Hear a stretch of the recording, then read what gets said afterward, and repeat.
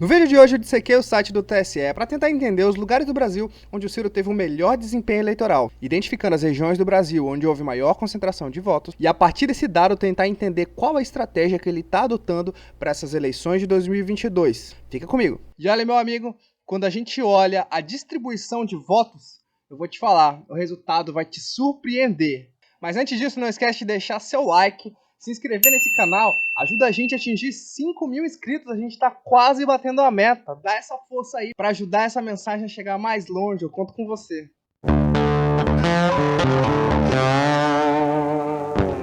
Então, meus amigos, a partir dos 13 milhões de votos que o Ciro tirou em 2018, queria entender como é que esses votos estavam distribuídos entre o país. E assim, eu entrei no site do TSE e tirei os dados de todos os estados e a partir desse número absoluto de 13 milhões de votos, eu dividi entre os estados para me entender a proporção como eles se distribuíram. E para minha surpresa, eu descobri que os votos do Ciro estão muito concentrados, mas muito concentrados mesmo. Mas basicamente eu fiz esse mapa aqui, que é o seguinte. Os estados em verde escuro aqui, que são São Paulo e Ceará, são os que tiveram mais de 15% desses 13 milhões de votos. Sendo que São Paulo teve 20% desses votos e Ceará 15%. Os estados em verde um pouquinho mais claro foi com 10%, que são dois estados também, Minas Gerais e Rio de Janeiro. E os estados em verde clarinho é onde houve 5% da distribuição desses votos, que são Rio Grande do Sul, Bahia e Pernambuco. Os outros estados que estão em amarelo são os que tiveram entre 2 a 4% da distribuição dos votos. E os estados em rosa é de 1% para baixo. Então o que acontece? Os votos do Ciro estão concentrados em alguns estados. E aí a gente tirou algumas estimativas daqui. Olha só, 5 estados acumulam 60% de todos os votos que o Ciro tirou em 2018. Sendo ele São Paulo, com 19,8%, tirou mais de 2 milhões e 600 mil votos. Ceará, com 14,9%, quase 15%, tirou quase 2 milhões de votos. O Rio de Janeiro, com 9,7%, 1 milhão e 300. Minas Gerais, com 9,4%, 1 milhão e 200. E Rio Grande do Sul, com 724 mil. Ao total, isso aí atingiu quase 8 milhões de votos. Apenas nesses 5 estados aqui. Só que mesmo nesses estados, esses votos eles não estão igualmente distribuídos. Você vai ver que nesses estados existe uma grande diferença entre os votos que são entre o percentual de votos das capitais e dos interiores. Ou seja, esses votos eles estão concentrados em poucos estados e em poucas cidades desses estados. Se a gente for ver São Paulo, o Ciro teve esses mais de 2 milhões e meio de votos aqui, que deu um percentual de 11% para ele. No entanto, se a gente for ver a capital, a gente vê que ele tirou quase 15% do percentual de voto, né? Chegando quase a atingir 1 milhão de votos só na capital. Isso vai além ainda. Eu fiz uma estimativa aqui considerando toda a região metropolitana de São Paulo. Então, desses votos de São Paulo, 55% deles foi dentro da região metropolitana de São Paulo. Como a gente pode ver aqui, olha. Isso aqui deu um trabalho doido, então já deixa o seu like aqui, que eu tive que entrar cidade por cidade para coletar os dados, saber quantos votos que ele tirou em cada cidade para a gente poder saber essa estimativa aqui. Então, na região metropolitana de São Paulo, ele tirou quase 1 milhão e meio de votos. No Rio de Janeiro é mais concentrado ainda. Olha, você vê aqui, que na porcentagem do estado todo, ele tirou 15,2%. Ficou à frente do Haddad no Rio de Janeiro. No entanto, só na capital, no Rio de Janeiro, ele tirou um percentual de 19,50%. E se você for considerar a região metropolitana do Rio de Janeiro, 80% dos votos do Ciro foi na região metropolitana. Mas isso não é o padrão só de São Paulo e Rio de Janeiro. Eu olhei praticamente todos os estados e esse padrão ele se repete. A gente vê que o percentual do Ciro na capital sempre é superior ao percentual do estado. Ou seja, nas regiões metropolitanas ele tem um desempenho melhor geralmente. Olha, por exemplo, no Rio Grande do Sul, a média do estado, ele tirou 11,3%. Mas se você for olhar a capital, ele tirou quase 20% dos votos. Na Bahia, ele tirou um percentual de 9,4%. Mas se você for olhar só a capital, ele tirou quase 15% dos votos. Em Minas Gerais, ele tirou 11% dos votos no estado todo. Mas se você for olhar só para a capital, ele tirou 17,3% dos votos. No Distrito Federal, que não é dividido em município, ele também ficou à frente do Haddad, tirando 16,6% dos votos. E isso é um padrão do voto do Ciro. Mesmo nesses estados aqui, que estão de amarelo, isso é um padrão da distribuição de votos do Ciro. Mesmo esses estados que estão em amarelo, se você for olhar a porcentagem da média do estado e for olhar o percentual da capital, você vai ver que eles sempre tiram um percentual melhor na capital. Isso extrapola de um jeito que chega ao ponto de algumas cidades terem a mesma quantidade de votos de alguns estados da federação. Como, por exemplo, Osasco tem 700 mil habitantes. Nele, o Ciro tirou 54 mil votos.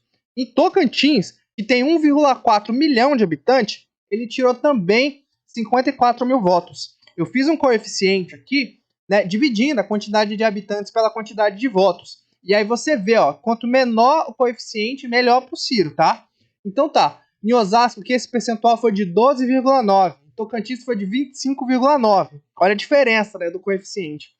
Fortaleza, cara, com 2,6 milhões, teve 546 milhões de votos. Só que se você for comparar o estado todo do Paraná, que tem 11 milhões de habitantes, teve uma quantidade menor de votos, 510 mil votos. Olha Natal, com 800 mil habitantes, teve 97 mil votos, um coeficiente de 8,2.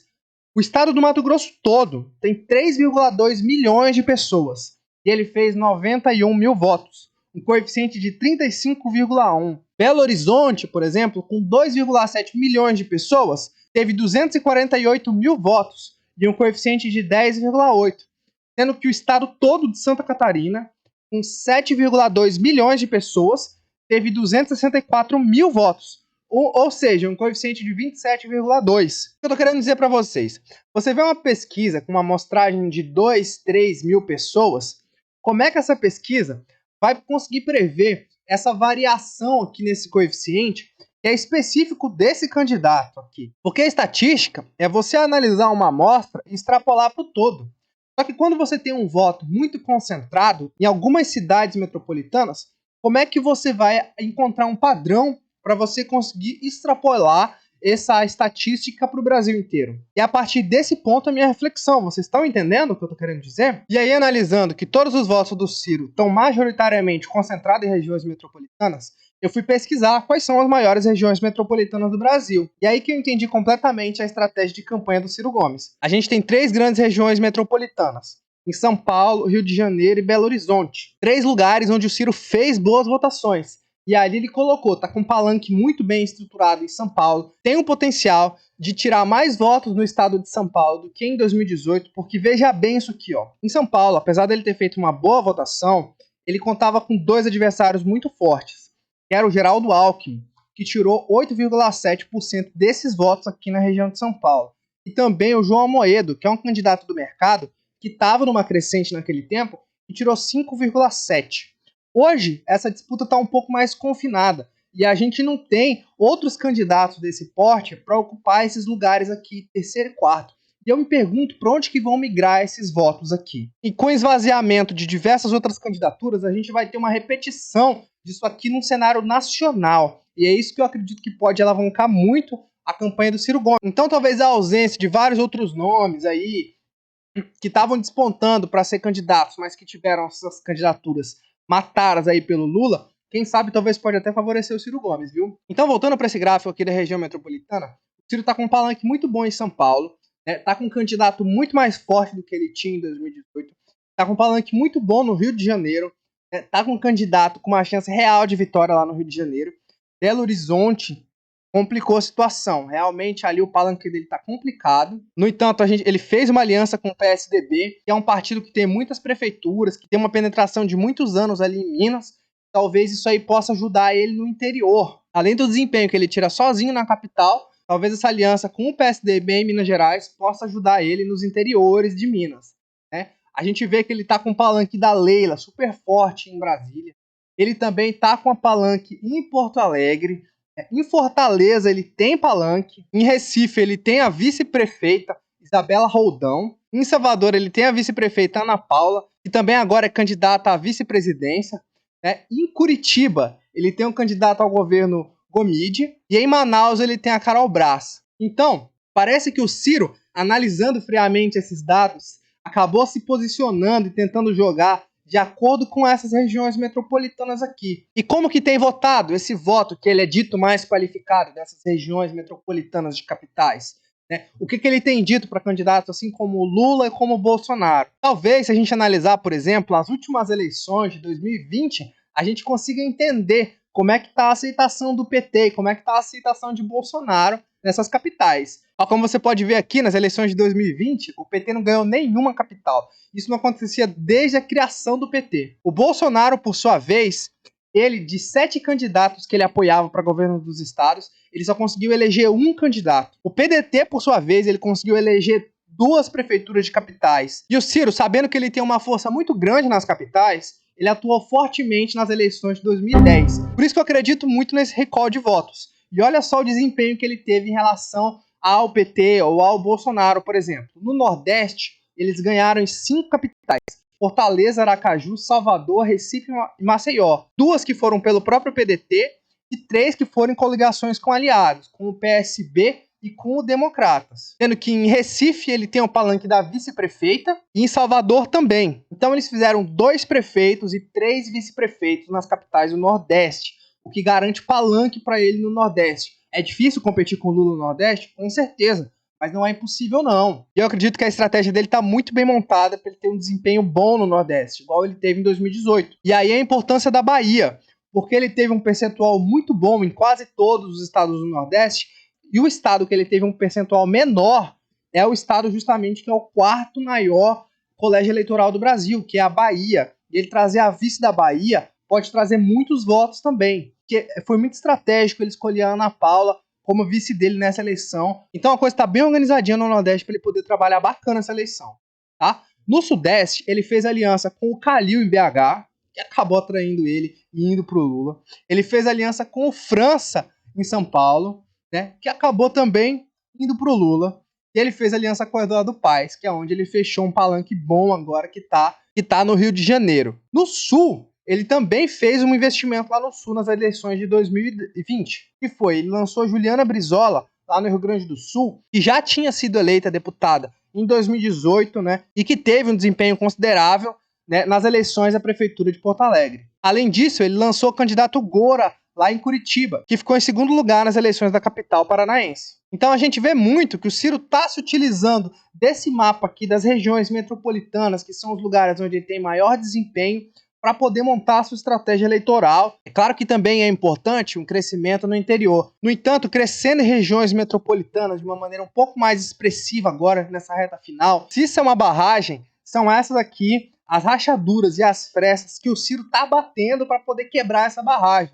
Eu acredito que essa estratégia está muito acertadinha. Da feita que ele consegue ganhar as capitais e as regiões metropolitanas, o restante do Brasil pode vir no movimento de voto útil para dar esse auxílio e levar ele para o segundo turno. Então parece que ficou um pouco mais claro como é que está se distribuindo esses votos do Ciro pelo Brasil e onde que ele está identificando que são as rachaduras que ele tem que traçar, né, para poder conseguir romper essa barragem e a gente aí deslanchar e atingir o segundo turno. Tendo visto o desempenho eleitoral de pouco tempo atrás dos candidatos do PT e do Bolsonaro, quem sabe essa janela ainda está aberta para esse voto ser conquistado. Isso aí pode mudar completamente o cenário eleitoral, tá beleza? Então foi basicamente essa análise que eu queria fazer hoje aqui. Deixo o meu forte abraço para vocês. Não se esqueça de se inscrever no canal e até o próximo vídeo.